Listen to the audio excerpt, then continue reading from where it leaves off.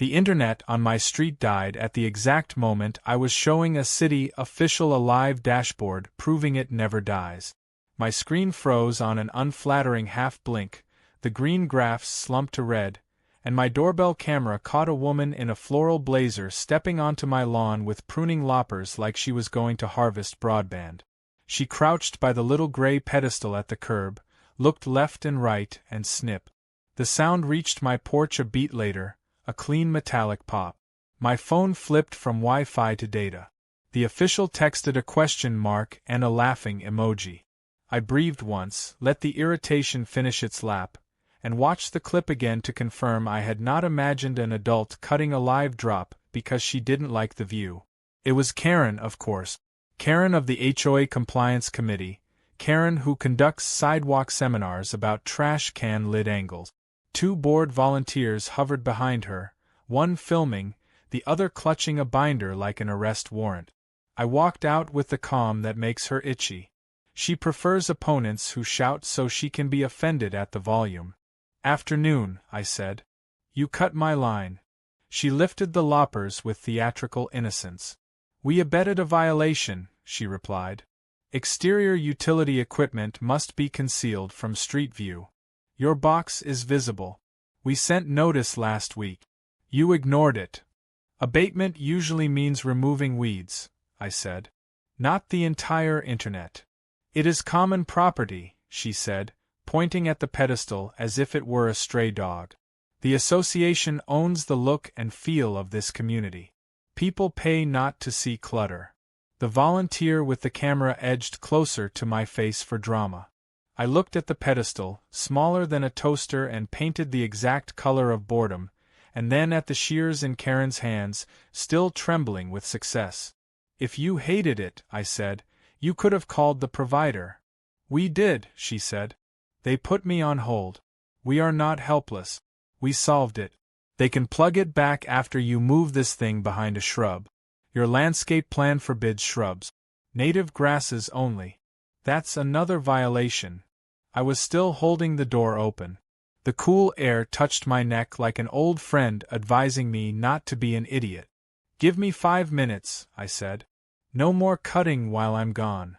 "Do not touch community infrastructure," she snapped. "That box is not yours." I nodded like a man agreeing to a bet he knows he will win. Inside, I dialed a number I don't give out. It rang once. "NOC," Trent said. "Drop to my house was cut with loppers," I said. "I'm fine on cellular.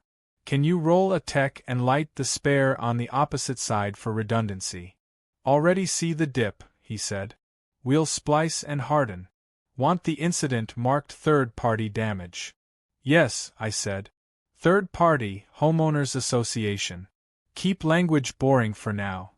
Truck is 6 minutes out." I pocketed the phone and stepped back onto the lawn. Karen had not moved. I unlocked the pedestal with the key on my carabiner. The volunteers jumped at the click. Karen recovered and jabbed her binder at me. "You are not authorized to access that," she said. "Let's not say things we'll regret," I said. "A technician will be here in a few. We will not allow strangers to tamper with community infrastructure," she announced. "We have scheduled a concealment sweep tomorrow. All boxes must be hidden from street view. Fines will be assessed." A white van turned the corner and parked. Eli stepped out with a hard hat and a coil of orange fiber. He gave the situation a single efficient glance. "Service interruption logged," he said to me, then to Karen, 8 minutes to restore." "You will do nothing," she said. "We have authority." "Ma'am, 40 houses share this pedestal," Eli said. "You can call every one of them and explain why their streaming is gone, or you can let me fix it." Neighbors wandered out, phones raised, faces tight with that special anger reserved for sudden silence during a show. Eli popped the panel, nodded at the neat cut, and started splicing. His hands moved with the bored grace of a violinist running scales. I stood back and let the scene gather witnesses. When the light returned, a small cheer drifted across the cul-de-sac. Eli sealed the splice, printed a ticket, and spoke in neutral weather. "Marked as third-party damage. Recommend physical lock and warning signage. He handed me the paper. Karen lunged and missed by an inch. Third party means us, she said. It means the person who cut it, I said. Which was you. I have the clip. So do 3 doorbells. She tore a violation slip from her pad and offered it like a curse. Fine for visible equipment, she said. And for unauthorized access. We will return tomorrow with a landscaper to relocate the box. You will not touch this box, I said. If you have concerns, call the provider. If you can't reach them, call me. I can reach them faster. You, she said, as if the pronoun itself were suspicious. And why exactly could you do that? Because I answer the phone, I said. She left in a bureaucratic huff, volunteers trailing. Inside, my laptop reconnected. The city official wrote that he had never seen a demo go that wrong and that right in 1 hour, and asked whether we should keep it in the deck. I said I would add a footnote about human variables. I unfolded the violation. The amount was ambitious, the tone parental.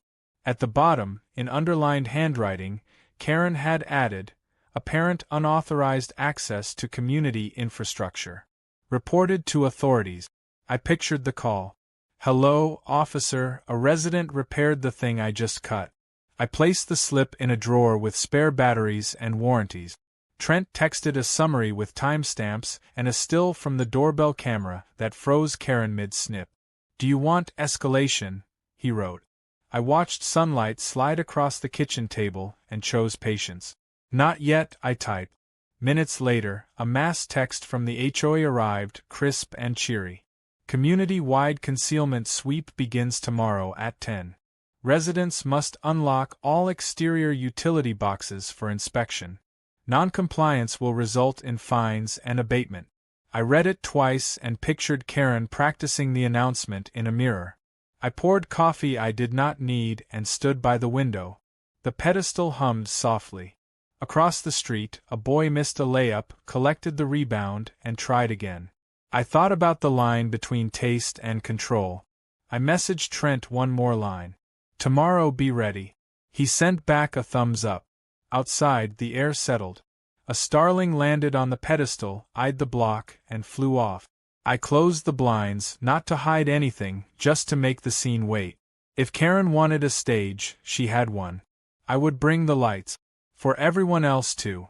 By 9:50 the next morning, I was already sitting on my porch with a coffee mug in one hand and my phone in the other, scrolling through a camera feed of the cul-de-sac like it was a pay-per-view event.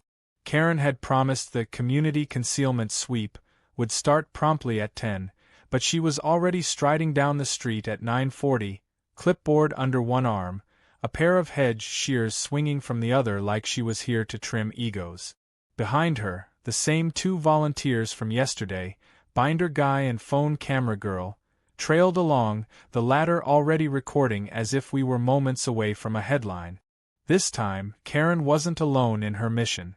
2 men in bright yellow safety vests with HOA contractor stenciled on the back trudged behind her, pushing a wheelbarrow stacked with plastic lattice panels, zip ties, and rolls of beige vinyl wrap. They looked bored and underpaid, the sort of crew that shows up because the check already cleared. Karen kept pointing at various boxes and meters along the sidewalk, jotting down notes like she was personally curating the street's electrical aesthetic. By the time they reached my property line, I had finished my coffee and switched to water. Hydration was key because I planned to sit here a while. Karen didn't waste time. You'll need to unlock your utility box, she said, flipping open her clipboard. We'll be wrapping it today for concealment. Community Regulation 4.3b. I read it, I interrupted. It says the association can require concealment if the equipment is on community property. This isn't.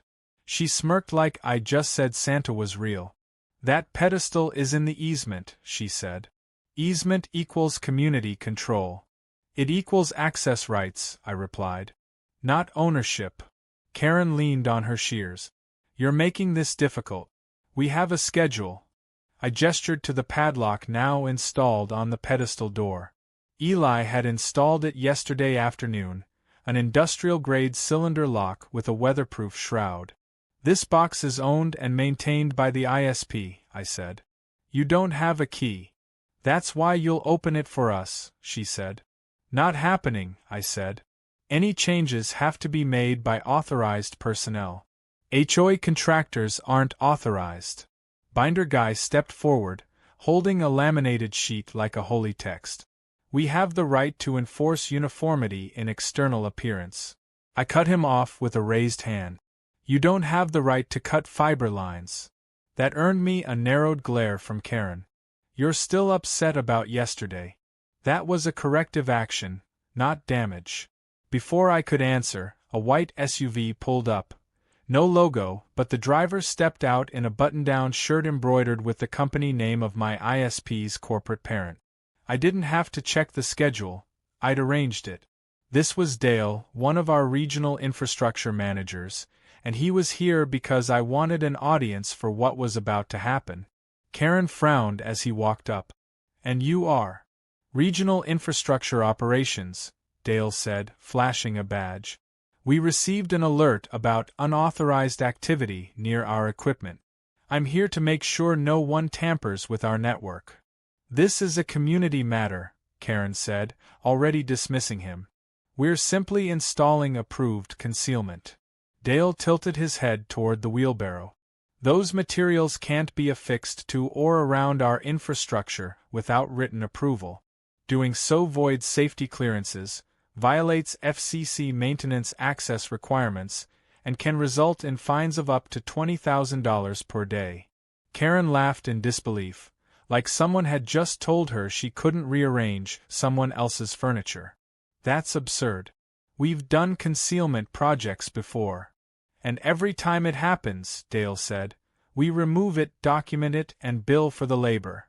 I took a slow sip of water. Karen's face twitched like a chandelier in a mild earthquake. We'll take this up with your supervisor, she said. You're speaking to him, Dale said. Then he turned to me. Would you like us to proceed with the planned security upgrade? Karen blinked. Security upgrade? I stood. Yes, please. Dale waved to the back of the SUV, and two techs emerged, hauling a stainless steel pedestal shroud, sleek, lockable, and stamped with the company logo. They installed it over the existing box in under 10 minutes, bolted it to a buried anchor plate, and applied a bright orange sticker that read, Property of ISP name, unauthorized access prohibited by federal law. Karen was fuming. You can't just. They can, I said. They own it. And I should mention, for clarity. I paused, just long enough for her to focus. I'm not just a customer. I'm the primary shareholder of the company that owns this ISP. Which means your little concealment sweep just turned into a federal compliance issue. She actually took a step back, as if the words themselves had physical force. You're bluffing. I shrugged.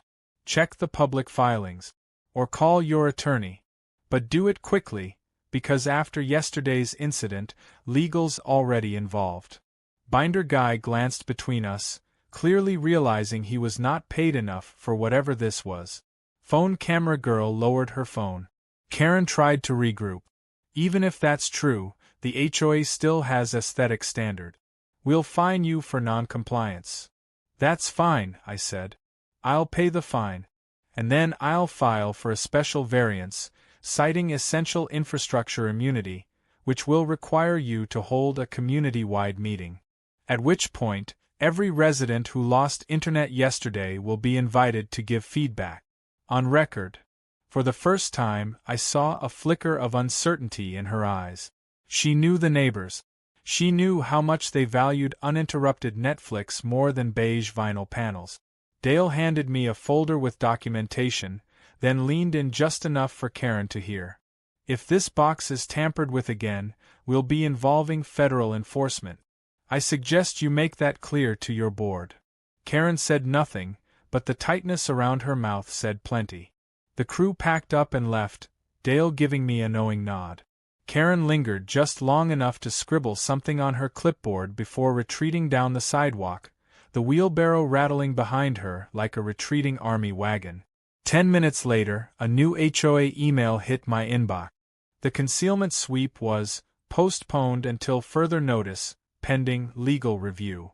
Which was HOA speak for, we just got smacked with something bigger than us. I was halfway through celebrating with another coffee when my phone buzzed. Trent, your HOA lady just called our customer service line, he said. Asked to speak to the owner. She got transferred to me. I told her you'd call back. I grinned. Oh, I'll call back. But not today. Let her stew. Trent chuckled. You're playing the long game, huh? Always, I said. But even I didn't expect her next move. Because by the following afternoon, I had 3 new violation notices. 1 for improper porch furniture, 1 for unapproved exterior lighting, and 1 for excessive decorative plants. None of them had merit, but all of them were clearly retaliatory. And if there's one thing I've learned, it's that when someone's that desperate to win, they'll overreach. Which was perfect, because overreach is where I live. Retaliation arrived in stiff envelopes slid under my doormat like anonymous valentines. I photographed everything, attached the relevant covenant sections, and emailed the management company with a single line. Show me the rule. I stood at the window with a glass of water and watched the new stainless shroud glow under the streetlight like a quiet promise. Karen's mass email announcing the postponed concealment sweep had landed an hour earlier, chirpy and vague. I did not reply. I like my replies better when they arrive with witnesses. At 8 that evening the thunderhead chose. Latency spiked, dropped, surged, then settled into a burping rhythm that made video calls stutter like nervous witnesses. Only our subdivision was affected. Optical power levels were clean, temperatures normal, but routes were flapping like laundry on a fence. From my window I watched the steel shroud glint beneath the streetlight. Nobody approached it. Nobody needed to. Sabotage doesn't always carry cutters. Sometimes it carries a misconfigured checkbox. Eli's voice in my ear was calm. We're seeing stray routing announcements from a device that lives 2 hops from you, he said. The MAC address has a clubhouse fingerprint. The contractor's name on the invoice read like a coupon. They've enabled dynamic routing, Eli said. On a little access switch. It's shouting at us like a new sheriff, and half the packets are saluting. I grabbed my keys. Keep filtering and keep logs, I said. I'll go talk to the nerve center. The clubhouse was lit like a dentist's waiting room and smelled faintly of chlorine and ambition. A golf cart lay diagonally across 2 spots as if marking territory. Inside, Karen stood behind the reception counter with a tablet and a look that belonged on a postage stamp commemorating self-importance. Evening, I said. Your switch is yelling at the internet. She didn't blink. Our contractor assured us it's enterprise grade, she said. If your service were robust, a single device wouldn't topple it. That is not how networks or hubris work, I said, flipping my phone to show the MAC address collision. We can fix it in 10 minutes by filtering protocols that never belonged here. In an hour, Eli can put your cameras and gate on a private segment, which is where they always should have lived. In a day, no one will remember this except my logs. She hugged her tablet like a shield. Submit a proposal, she said. The board will review at our next meeting. 3 weeks. We don't need a proposal, we need permission, I said. I'm not asking for money or credit. I'm asking to stop your switch from pretending it's a backbone. She held my gaze the way a cat watches a glass on a table. Then she smiled, bright as a flash. The board has voted to terminate our contract with your company and move to a provider aligned with our aesthetic values. They will bury everything and hide every wire. People want beauty. She expected an argument about jurisdiction. I didn't give her one. You can buy bulk service for the pool and the clubhouse, I said. You cannot dictate individual homeowners' carriers, and you cannot bulldoze an easement recorded before your bylaws learned to crawl. Also, any trench run within our utility corridor requires coordination or you risk breaking emergency backhaul. You like liability less than you like visible boxes. She inhaled, ready to recite fines like poetry. I texted Dale 2 words. Heads up. The competitor arrived at dawn like a parade that missed the memo. 3 trucks, a spooling trailer, and men in polos orbiting a roll of plans. I brought them coffee and the city inspector brought reality. He asked for the make and model of the access control panel the HOA had spliced to the fire alarm loop, learned it shared a conduit, and closed his folder. No digging until a low-voltage permit is approved and the fire marshal signs off. He also asked for an easement release from us. I emailed him the map with the recorder's stamp and copied legal. He thanked me and told the contractor to go home. By afternoon the neighborhood had the hiccups again. Not loss this time, but jitter that made online classrooms seasick. We traced it to a cheerful plugin on the clubhouse switch labeled Network Optimizer, which had taken a heroic bite out of broadcast traffic and was now chewing the neighbors. I texted Trent 1 word: quarantine. He pushed an edge filter that politely ignored anything claiming to be a router from the clubhouse port. The graphs smoothed like a breath finally taken. 5 minutes later my phone rang. You cut our service, she said. I didn't bother denying anything. I isolated a misbehaving device so people could work and call ambulances, I said.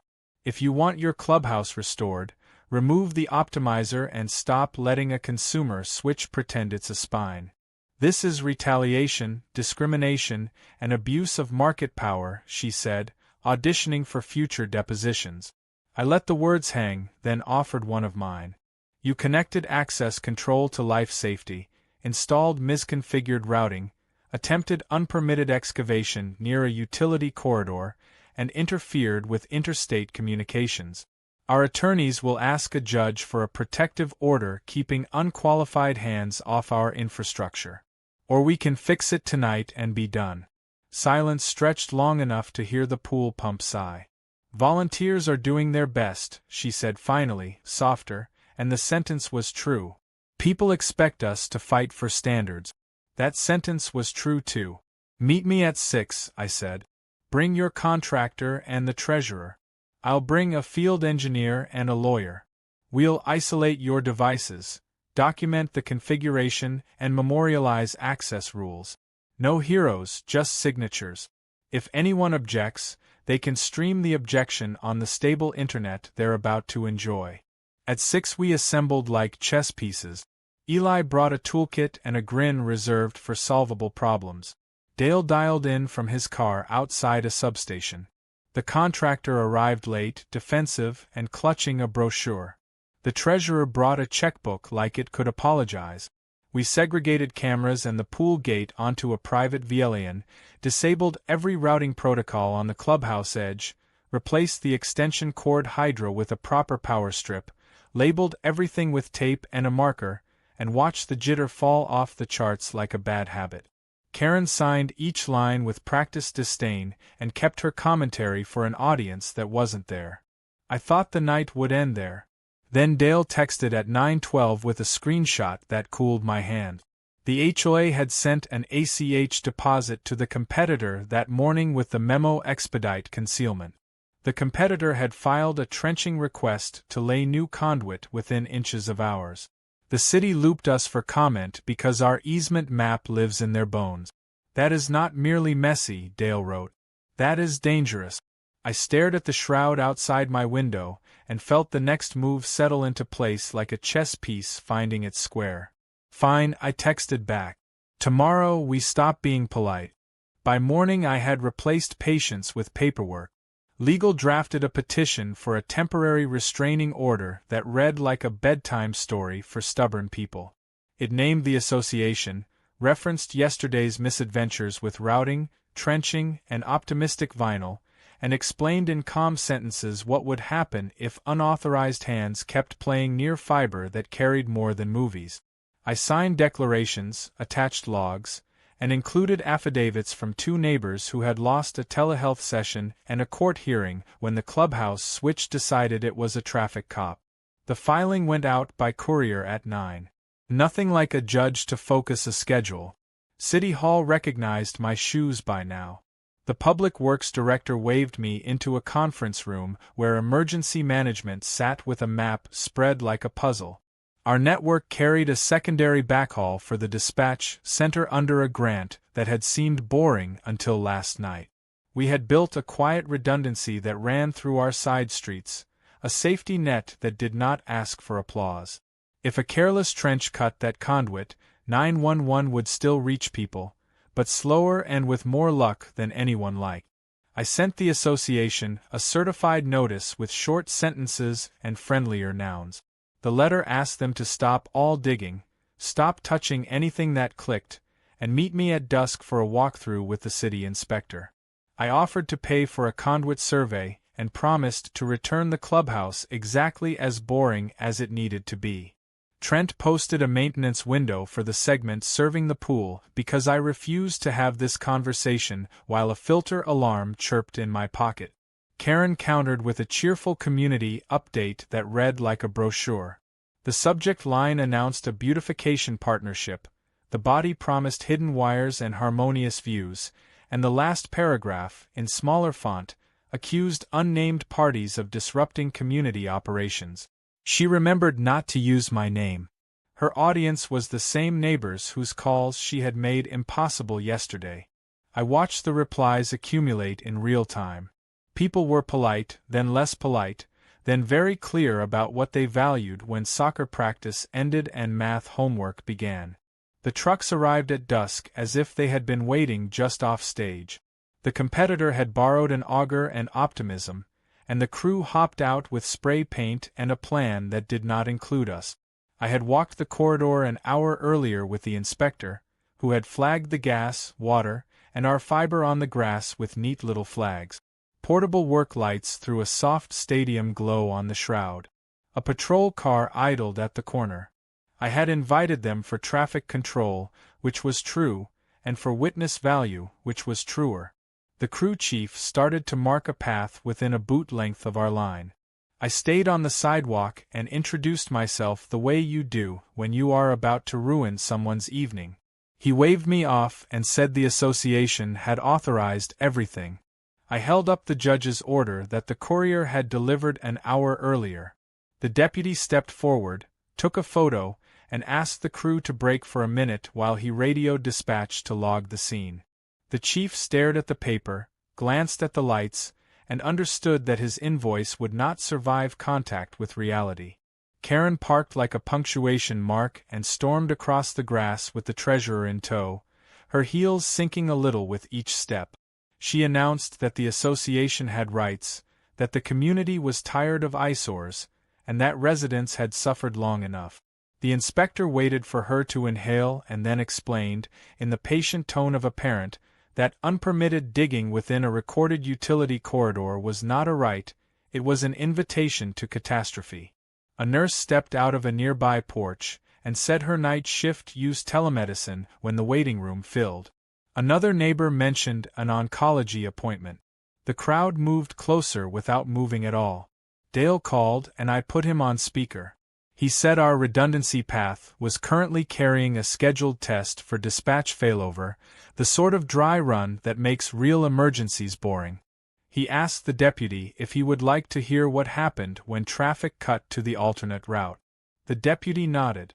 Dale counted down and the radio on the deputy's shoulder crackled with a dispatcher confirming that all channels were stable. The moment had no drama and that was the point. I let the silence linger until even Karen heard it. The inspector walked the crew through the flags like a docent. Gas in yellow, water in blue, communications in orange, patience in my pocket. He pointed to the narrow band of earth the competitor had hoped to claim and explained that one careless bit of auger work could shear a sheath, nick a gas riser, and give the evening a very different tone. The crew chief told his men to pack up. Karen pivoted from construction to fines with the dexterity of a gymnast. She held up a threat for my porch furniture again. I told her I would see her threats and raise her a petition. The treasurer looked tired in a way that did not come from steps walked. I said I had already gathered more than a quarter of the signatures needed to call a special meeting to amend the covenants to exempt essential utilities from aesthetic control, to create a liaison committee for infrastructure, and to require board training for anyone who wanted to carry clippers near a pedestal. It was all very boring, which is why it would pass. The treasurer looked at me like a person who had been carrying a box that kept getting heavier. He told Karen that our insurance carrier had requested a letter explaining the incident with the cutters, that the carrier had used the phrase moral hazard, and that renewal would be a conversation. He said the management company had asked whether the board wanted to enroll in training that covered liability around utilities, and he said he had been in favor. Karen said he was catastrophizing. The treasurer looked at the deputy, at the inspector, and finally at the neighbors, and decided it might be time to think about simpler math. A sedan rolled up and parked behind the patrol car. A woman stepped out in a blazer that meant meetings and introduced herself as counsel from the State Utility Commission. She had seen the filing, she said. The redundancy for dispatch meant the corridor involved more than our block, and the commission had an interest. She asked for a quiet table, and the inspector loaned her the folding one from his trunk. She read the order, listened to Dale, and then looked at Karen with a face that did not need volume. Interference with protected communications would carry fines that made vinyl panels look cheap. She did not threaten. She scheduled. The commission would open a proceeding in the morning to adopt a protective order covering utility equipment in association spaces citywide, not just ours. Until then, the restraining order would be the law at our curb. She recommended the board announce a stand-down, convene a meeting to de-escalate, and participate in the working group that would write the new rules. She asked the deputy to note her presence and left with a nod that was not unkind, just final. The crew drove away with relief you could hear in their engines. Neighbors drifted back to their porches. The inspector gathered his flags. Karen stood in the glow of the work lights like an actress after the audience had left, still performing for an empty house. I told her we would hold the special meeting on Saturday in the gym, that proxies would be accepted, that the petition would be filed in the morning, and that I had arranged a neutral moderator because shouting in a gym was a waste of acoustics. She said I was staging a coup. I said I was writing minutes. Back inside, I sent one email to the neighborhood list. It had 4 lines. Thank you for showing up. The order is posted. Saturday we will vote on a change that treats the pipes and wires like the arteries they are. If you work nights, I will come to you for your proxy. Replies arrived faster than any outage report I had ever read. One neighbor offered snacks. Another offered to print ballot. An older couple said they had avoided meetings for years but would be there, 2 chairs in hand, if only to see how a vote feels when nobody is shouting. Sleep arrived late and left early. I woke before dawn to an inbox that felt lighter, and to a text from Trent with a photo of the pedestal under a rising sun, the stainless catching pink like it had opinions about the day. The commission clerk confirmed the docket number.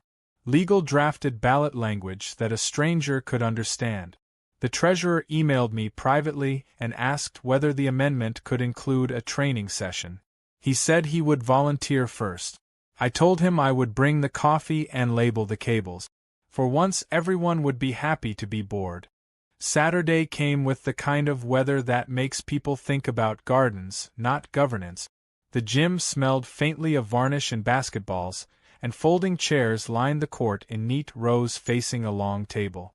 The petition had done its job. The crowd was large enough to echo, but not so large that it turned into a mob. I saw neighbors who hadn't set foot in a meeting in years.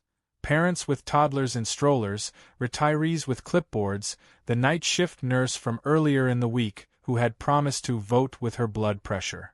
Everyone had a copy of the proposed amendment tucked under their arm like a boarding pass. The neutral moderator, a city mediator I'd hired out of my own pocket, stood at the center with a stack of index cards for questions. His presence was my insurance policy. No gavel slamming, no shouting matches, just a process that moved from one speaker to the next with the precision of a train schedule. He opened with the language of the amendment, simple and bulletproof. Essential utilities within the subdivision shall be exempt from aesthetic control by the association, shall not be altered, concealed, or relocated without written consent from the utility provider, and shall be protected from interference by association personnel or contractors. Any violation shall be referred to the relevant regulatory authority. Karen sat at the board table, her chair angled slightly toward the audience like a trial lawyer addressing a jury. The treasurer sat beside her, hands folded, expression neutral.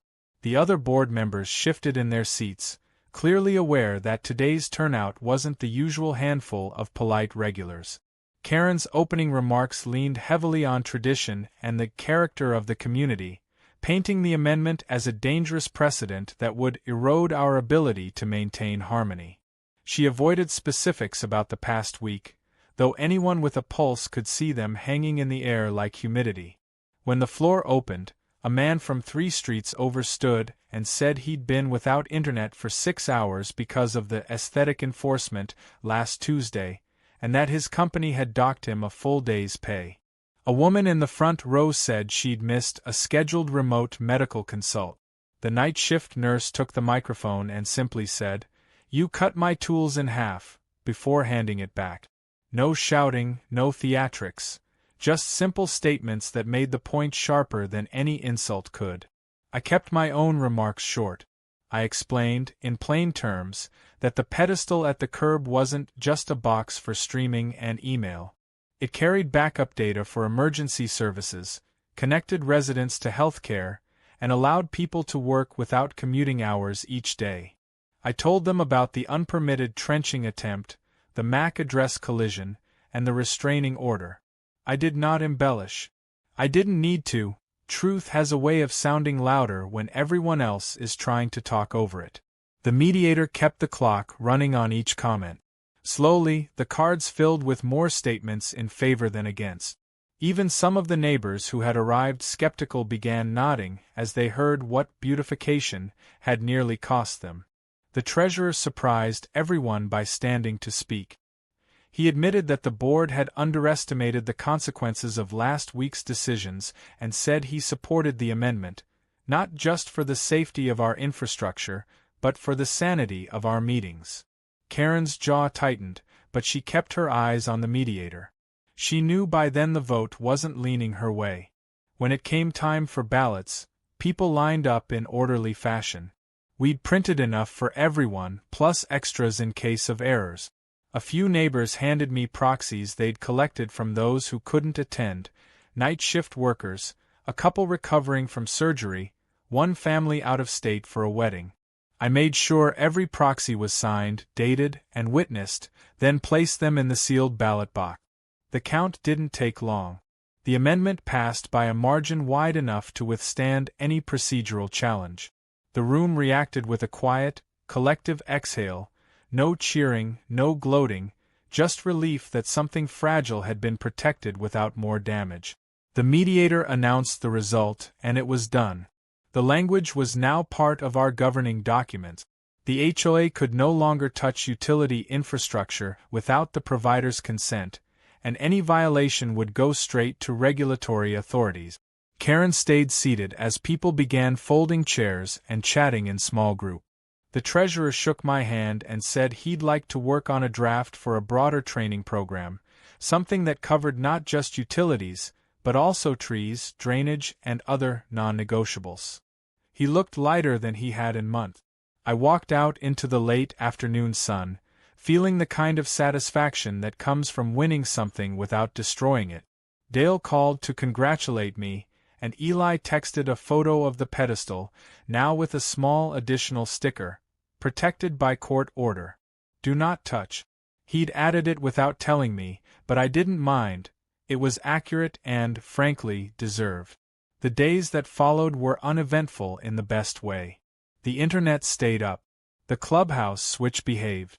No more violation notices landed on my doormat. Karen still walked the neighborhood with her clipboard, but now her focus was back on mailboxes and lawn heights, the small stuff that kept her busy without cutting through someone's livelihood. One afternoon, I caught her pausing at the pedestal, staring at the stainless steel shroud like it was an intruder she couldn't evict. She noticed me watching from the porch and, for the first time in weeks, didn't say a word. She just turned and walked on. 2 weeks later, the State Utility Commission finalized its protective order for all HOAs in the city. They cited our case as the catalyst. I received a formal letter thanking me for prompt and cooperative engagement in safeguarding essential infrastructure. I framed it, not out of vanity, but because I liked the idea that it might sit in my office as a quiet reminder of the week an HOA tried to play utility company. The real payoff came a month later, when the treasurer called to tell me the HOA's insurance renewal had been approved, but with a new clause: any interference with protected utilities would void coverage. He laughed when he told me Karen had been in the room when the agent read it aloud. Apparently, she hadn't said a word then, either. I didn't set out to humiliate her. I just wanted the wires left alone. But in the process, the neighborhood got something better: a written safeguard, a precedent for other communities, and, maybe, a lesson in how far someone will push when they think rules bend to their will. And what happens when those rules are rewritten, not with shouting or petty revenge, but with signatures, votes, and the kind of boring paperwork that lasts longer than outrage. On the evening the new covenant took effect, I sat on my porch with a cup of coffee, watching the sun drop behind the trees. The pedestal hummed quietly, doing its job without complaint. Somewhere down the street, a kid yelled in triumph after sinking a basketball. My phone buzzed with a message from Trent: uptime 100% for 14 days. That's how I like it, I replied with a thumbs up. For the first time in a long while, the neighborhood felt steady. Not perfect, never perfect, but steady in the ways that mattered. And for me, that was enough.